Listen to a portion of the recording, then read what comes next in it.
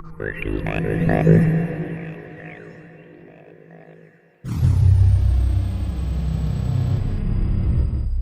and Debbie.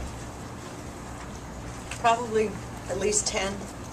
10 hours weekly? Okay. Okay. Kurt? 15 to 20. Okay. Prospecting for new business, not taking care of existing business. Does that mean you're talking directly to the people, or does that mean you're getting your stuff together to get to the people? I mean, when your mind's on prospecting, I mean, what part When of your it? mind's on prospecting. Almost 20 hours a week this time of year for sure. Okay. Patti? 10. Xochitl? Yeah, about 10. 2 hours a day. 2 hours a day, minimum? You have like time blocked out on your calendar that you stick to? Yeah. And do you let things get in the way of your prospecting? Do other things become more important than prospecting? If she's pretty.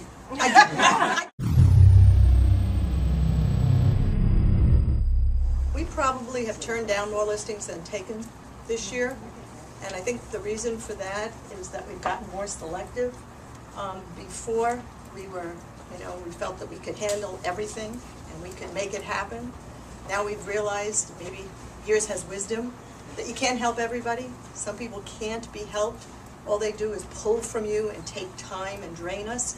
So we've decided if we can't help them, we're very nice about it, but we kind of walk away from it and spend our time on really what's dollar productive. It's too hard. We're big DISC profilers. We have been for many, many years, and the first thing we do when we go into a listing is, being a team, it's a little bit easier. We identify who's making the decisions, and we are very opposite profiles. I'm a DC, Karen's an ID. So depending on who opens their mouth and what they say, one of us takes the lead, and that becomes who's going to deal with that person. As an individual agent, you have to change and become that person. You have to utilize your time wisely. You cannot help everybody, especially on the buyer end. I mean, I had to finally say, gosh, I'm going to have to draw the line and know when to say, gosh, I'm sorry, I just can't do it for you. Because I've got my own program. I'm focusing, and I don't want to break into the 20 hours of other stuff that I'm doing to try to get stuff that actually makes money. I can't spend that much of my time doing stuff where I just know I'm not going to get paid doing this stuff. I just can't do it. But it took a long time. It took a year and a half, almost 2 years of this market, struggling and doing things where finally you have to be able to say, gosh, I can't do that for you, I'm sorry. I'm chasing around some expireds right now. I'm keeping up on my farms, and my attitude is hungry. I'm not just loafing through places. I'm looking and keeping my head up and saying, if you know someone that wants to sell their house, Well, I had 3 or 4 standard sales. And they're all from past clients and referrals. I've spent an awful lot of money this year, right off the bat, in education. And education on the short sales, because that's where the market is moving. Everyone has been advised that the lenders are going to go into pre-foreclosure sales. I have 2 business cards. Certified Distressed Property Expert. And here's my Prudential with all my awards. I am going out on the standard sale. The first thing they're going to say is, my property's not distressed. Amen. Right. Here I am. Whenever I have a distressed person, they all have friends. At that appointment, they are given a stack of business cards. And I tell them it's their job to help their friends, their families, their coworkers, and give them my business card. Now, another thing, You ask for a referral before the deal closes? absolutely. Wow, what a compliment. I ask for the referral as soon as I meet these people. You were sent here because someone cared about you, and I know that you have friends that need help. I listen, I'm compassionate, and I just let them dump. And I'm not judgmental.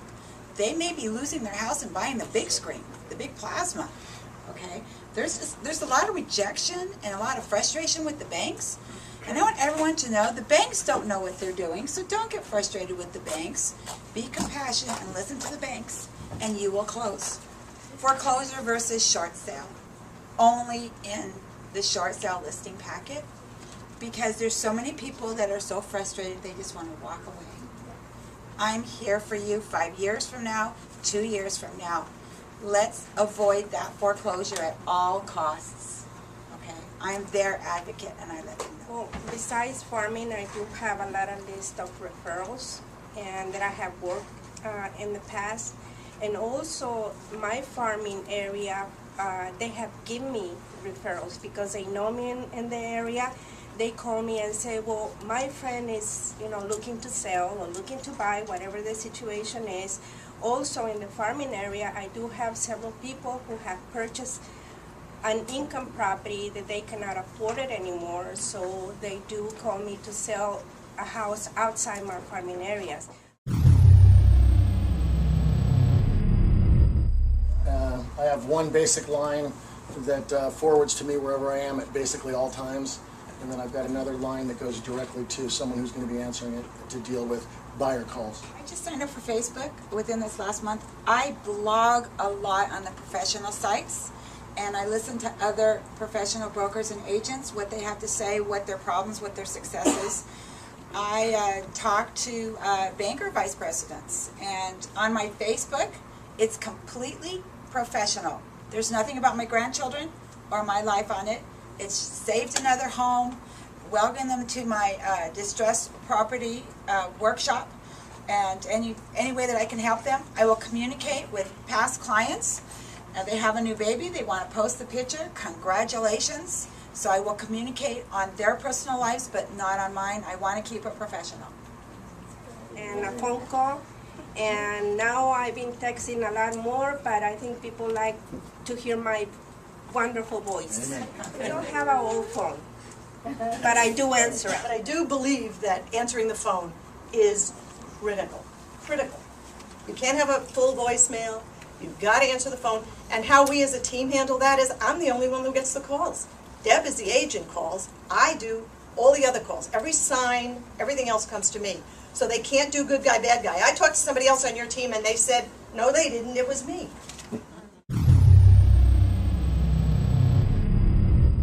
It's coming out to appraise. So you got to get real. If it's too crazy to believe, it's probably too crazy to believe. So I think it's important that you keep them down to earth that way. I like to take the contract that we printed, with the listing period, and I usually say, can I have that back 1 sec? And I take it and I cross out the, whatever it is, 6 months, year, if it's a luxury home, and then I usually write 3 years, 5 years, 10 years. Not a problem. If that's the objection, we can do it. You just got to give me a longer listing. And they usually laugh. You think that's sarcastic, but they usually laugh. They get in with us and say, oh, yeah. I just showed you the numbers. I would love it to be more. So, if you give them a soft sell on something we very rarely go in, we're up against another agent because it's a referral. So they already know us. They already know that we're very blunt, very, direct. And so usually they'll take that kind of bantering because we kid with them all the time about different things. I wouldn't lose any listings because they want too much money. Just make sure you incorporate a plan to accommodate the time it's going to take to get them real. But don't lose any listings because of that. If they want to try it high, Go ahead. try it high with your admonition. Sign the price change. Yeah. At the At the listing. listing. Oh, at the listing. Yeah. Yeah, we do that right there. To answer the pricing question again, you have to really listen and make sure it's not a condition rather than an objection. There is a big difference in those two words, and you need to understand what they mean, so that I usually do at least 3 deep to say, yeah, I can see where you're coming from, but I have another few questions. Would it be all right if we discuss this a little further? Once I get into it, I realize whether it's a condition of the sale or an objection. Big difference. Big difference. So again, listening is really, really key, and taking those notes to make sure, what are they really saying? They may be saying one thing, but the body language is telling you something else. You've got to pay attention to all of it. It's all important. They're sitting there like this. That's a tough one. You got to get those arms down. You've got to get them to open up to you. And it's all related to, again, building the relationship, but listening.